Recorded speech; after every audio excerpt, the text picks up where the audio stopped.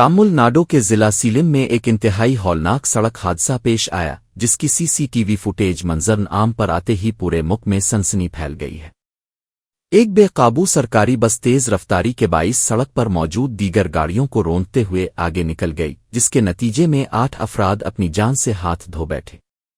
افسوسناک بات یہ ہے کہ ہلاک ہونے والوں میں ایک ہی خاندان کے 4 افراد بھی شامل ہیں جو اس اچانک آفت کا شکار بن گئے۔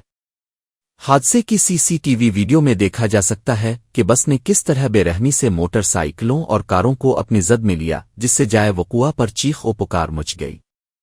پولیس نے موقع پر پہنچ کر لاشوں کو پوسٹ مارٹم کے لیے منتقل کیا اور زخمیوں کو قریبی ہسپتالوں میں داخل کرایا گیا ہے، جہاں چند کی حالت تشویشناک بتائی جا رہی ہے۔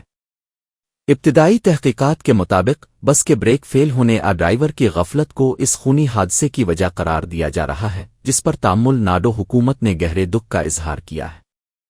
اس واقعے نے ایک بار پھر سرکاری گاڑیوں کی مینٹیننس اور سڑکوں پر عوامی تحفظ کے حوالے سے سنگین سوالات کھڑے کر دیے ہیں۔